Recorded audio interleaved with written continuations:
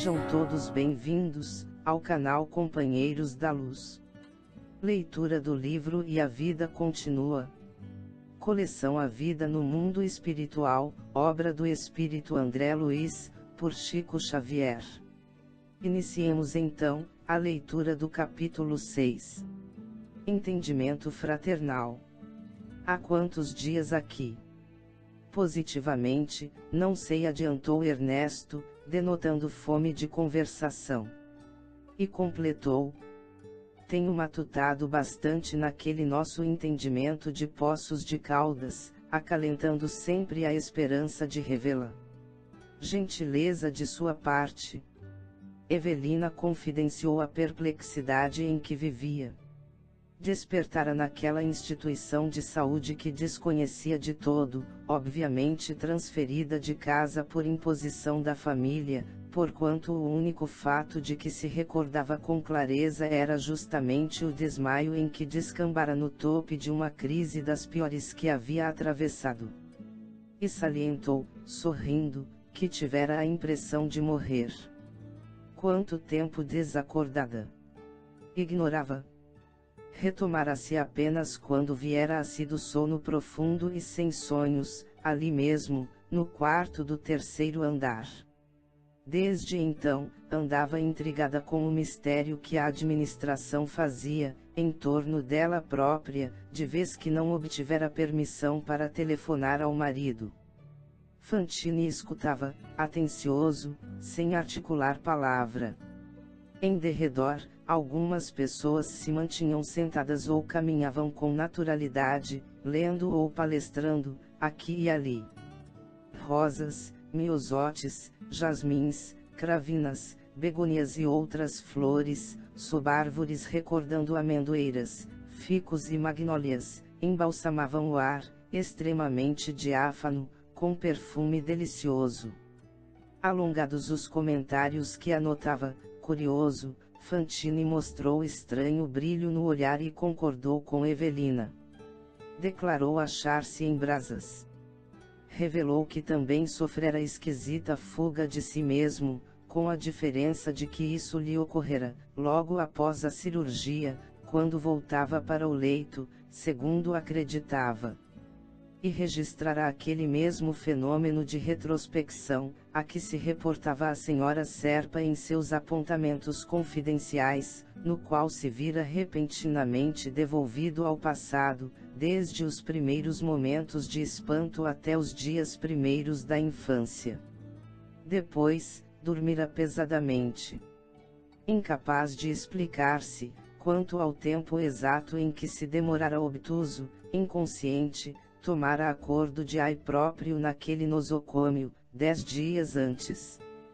Conservava, igualmente, a mesma estupefação, perante as normas de serviço ali regulamentadas, porque não conseguira o mínimo contato com a esposa ou a filha, das quais se despedira na cela hospitalar, horas antes do trabalho operatório a que se submetera. Achava-se, por isso, inquieto. Ela, Evelina, experimentara o enigmático desmaio, no círculo doméstico, ao pé dos entes queridos. Ele, porém, deixara a família em meio de agoniada expectativa, sem que lhe fosse facultado qualquer recurso de comunicação com os parentes. Reconhecia que o estabelecimento de saúde a que se abrigava agora não era o mesmo onde se internara para o tratamento. Chegava a duvidar de que estivesse realmente em São Paulo. O firmamento parecia-lhe um tanto diverso à noite e a piscina de que se servira continha água tenuíssima, embora fosse compreensível tivesse aquela casa filtros de engenhos especiais para a medicação da água comum. E Ernesto acabou o relatório, indagando: a senhora já foi às termas? Ainda não. Verificará minha surpresa quando for até lá. E admite que irei. Retorquiu Evelina com o ar brejeiro de quem se via um tanto mais consolada. Perfeitamente. Já ouvi dizer que a hidroterapia aqui é obrigatória.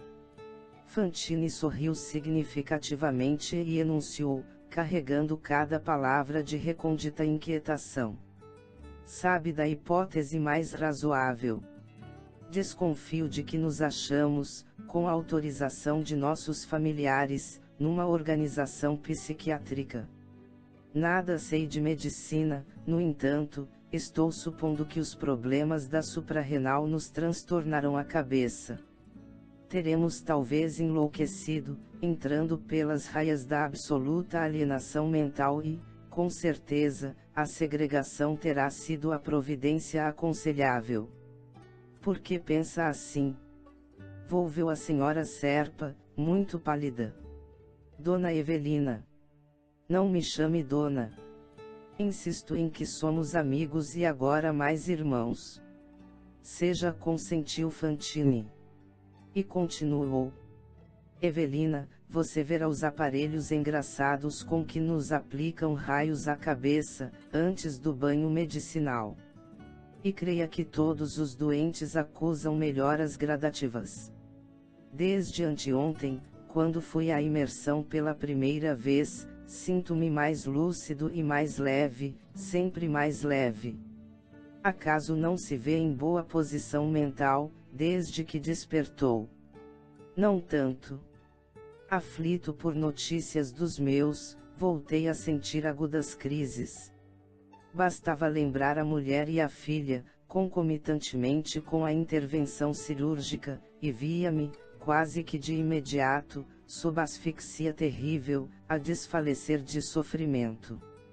Evelina rememorou a própria experiência, mas silenciou.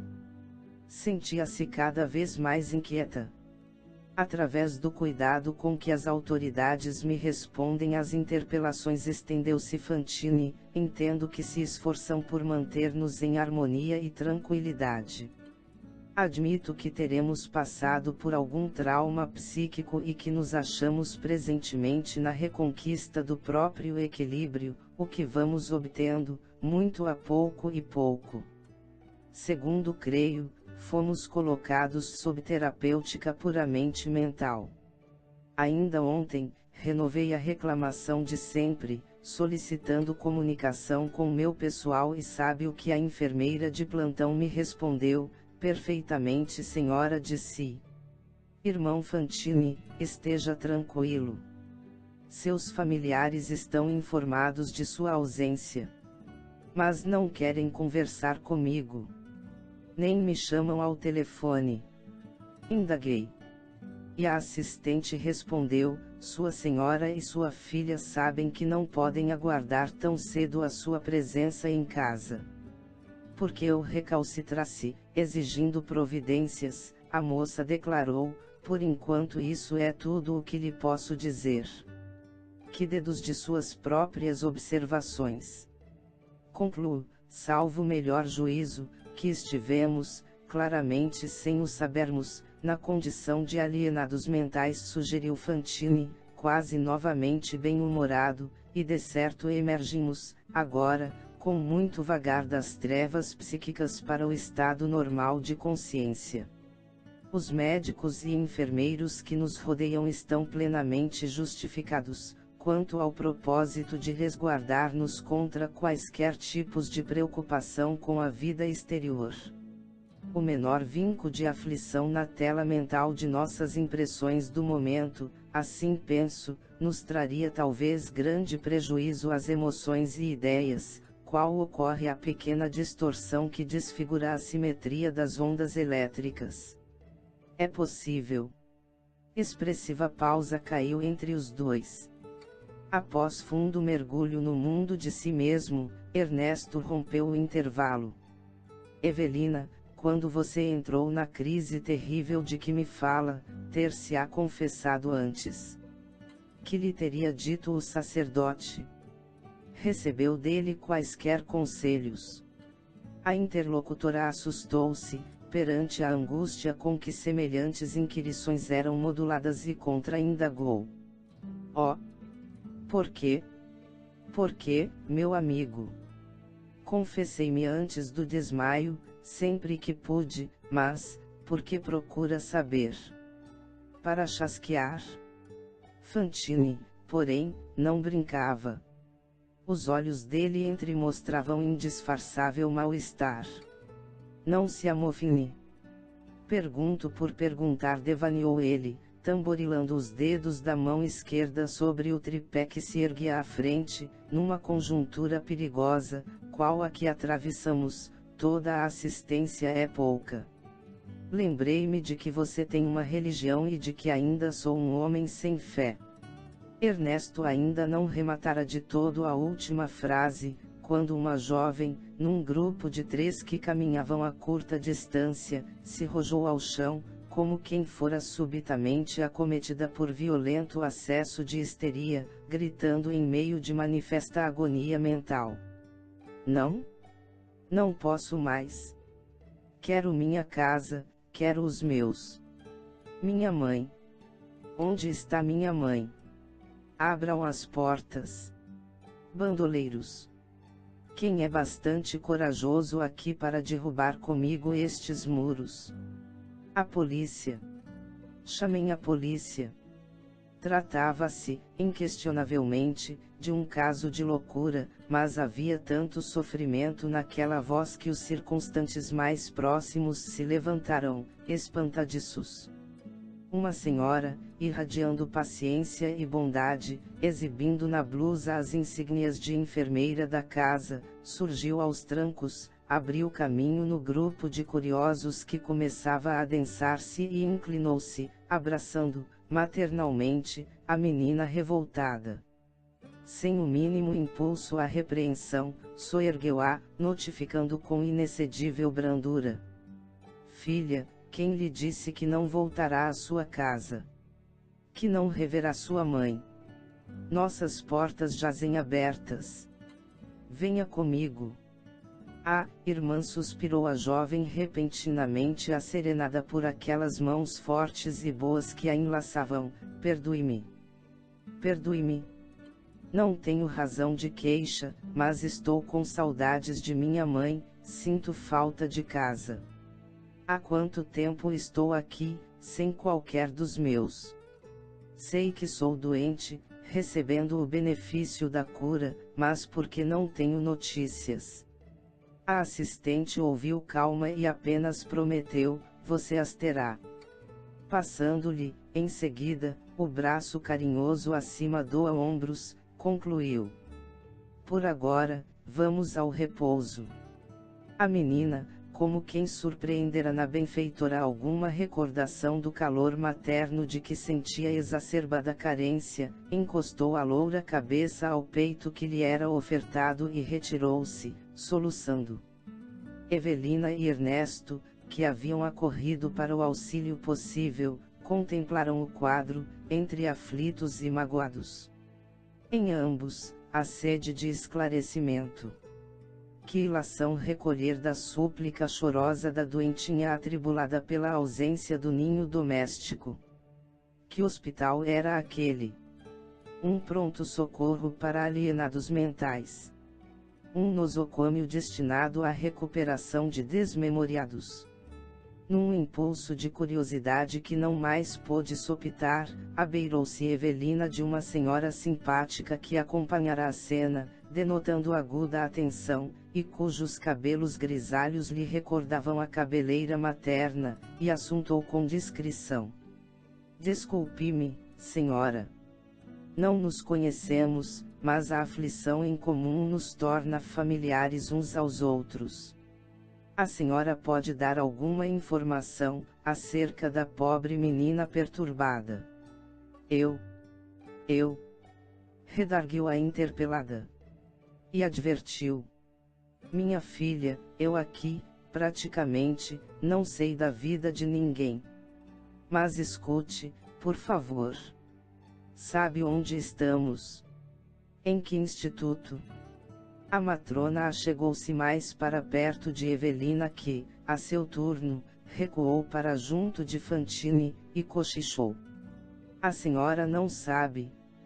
Ante o assombro indisfarçável da senhora Serpa, dirigiu o olhar penetrante para Ernesto e argumentou: e o senhor? Nada sabemos, comunicou Fantine, cortês. Pois alguém já me disse que estamos todos mortos, que já não somos habitantes da terra. Fantine sacou o lenço do bolso para enxugar o suor que passou a escorrer-lhe abundantemente da testa, enquanto Evelina cambaleou, prestes a desfalecer. A desconhecida estendeu os braços à companheira e recomendou, preocupada: minha filha, contenha-se. Temos aqui dura disciplina. Se mostrar qualquer sinal de fraqueza ou rebeldia, não sei quando voltará a este pátio. Repousemos, interveio Ernesto. E dando o braço a Evelina, ao passo que a dama prestimosa ajudava a escorá-la, rumaram os três para largo assento próximo, sob grande ficus, onde passaram a descansar. Chegamos ao final deste capítulo. Não percam o próximo, de número 7. Informações de Alzira. Muito obrigado, boa reflexão, que Jesus abençoe a todos.